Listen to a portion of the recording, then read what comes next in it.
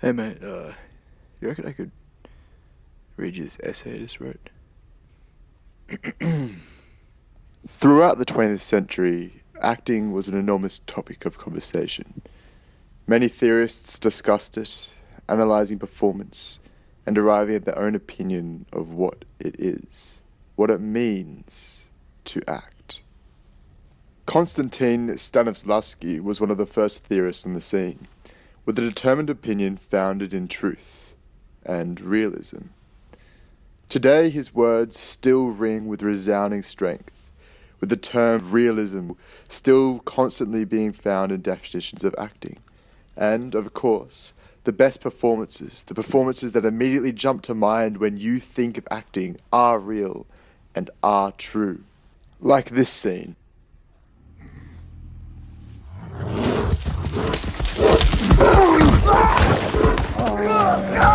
The vigor, the power, the emotion in DiCaprio's acting make us believe he is actually being attacked by a bear. But at the same time, in the back of your mind, you know he's not, because you know it's a film, and you know he's an actor. There are interviews with him admitting. You read in the script, okay, Hugh Glass fights the bear. I'm like, so how am I gonna fight this bear?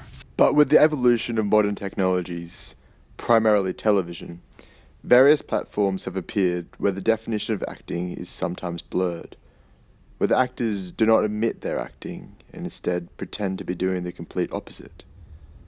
A prime example of this is the modern phenomenon of the talk show. Take this clip, for example. You microwave bread, madam? You Well, microwave bread. After it's toasted. After it's toasted. So you still maintain the crispiness because it's toasted. All right. The microwave is only seconds. It's only seconds? It's only seconds. Let's get on Just that. The enough to science is melt not it. in on microwave cheese toast yet. You would But do we'll it check differently. We'll have independent scientists check that out. Michelle Obama is far from an actor. She's a political figurehead, yet here she is, sitting before an audience and acting. To prove this point, we have to determine a definition of acting by boiling down opinions from two very different schools of thought. On one side, Konstantin Stanislavski, and on the other, Michael Chekhov.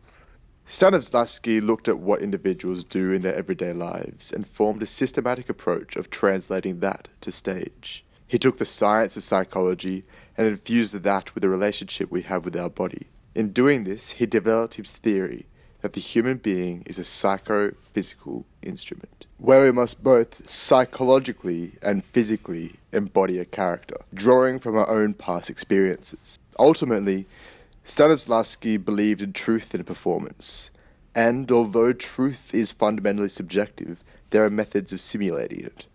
One of which is this method of action-reaction decision, where the actor, after determining the inner truth of the character, reacts accordingly to the other actor's performance, and such is done in a talk show. The host draws on the idea of what a host is.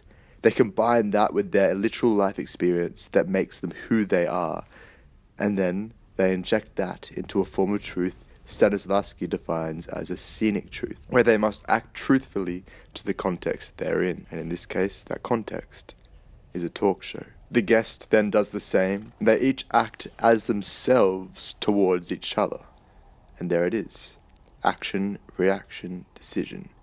Constructed realism. So Stanislavski's theory fits the criteria nicely, but opposing this idea of truth, which everyone craves to see in a talk show, was Michael Chekhov. He thought that Stanislavski's naturalistic approach to acting could simply be found in the streets and in daily life, and therefore did not belong on the stage. Instead, he proposed another form of performance style, stating that acting is a charged, otherworldly form of human communication that could not exist anywhere but the stage. In essence, Chekhov argued that acting, opposed to Stanislavski's inner truth and emotional depth approach, was founded in the imagination, where an actor must perform physical attributes not written in the script, but embody the wants and needs they sense the character in the script has. Applying this idea to a talk show is interesting, although far from impossible.